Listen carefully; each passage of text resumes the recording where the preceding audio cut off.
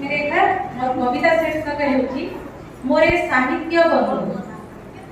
ତୁମକୁ ମୁଁ ଭଲ ପାଇ ଆଞ୍ଚୁଳାରେ ସ୍ନେହ ଦେଇ ସ୍ୱାଗତ କରିବି କି ହୃଦୟ ଭିତରେ, ହୃଦୟର ସବୁ କେଶ ଲୁଚାଇ ଦେବି କି ଅବା ବସିଯିବି ତୁମ ଆଗେ ପସରା ନେବି।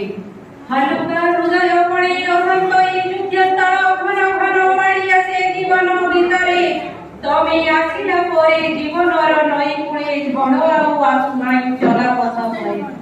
ପ୍ରେମ ଠାରୁ ତମ ମୂଳ କାହିଁ କେତେ ଗୁଣ ଭଲ ପଡ଼ିଛି ମୁଁ ତୁମ କଥା ବହି ଛାତିରେ। ଜାଣିଛ କି ବନ୍ଧୁ ତୁମେ ସୁଖ ଦୁଃଖ କାହାଣୀର ତମେ ଥାଅ କେତେ ମୋର କବିତା ଭିତରେ। ଶୁଣିବାକୁ ଆସିବ କି ଧରଣା ଭରି ଛାତିରେ, ବସିବାକୁ ତମେ ଥିବ ମୋରି ଛାତିରେ।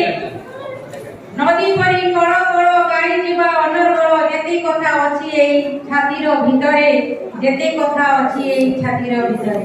ନମସ୍କାର, ଜୟ ଜଗନ୍ନାଥ।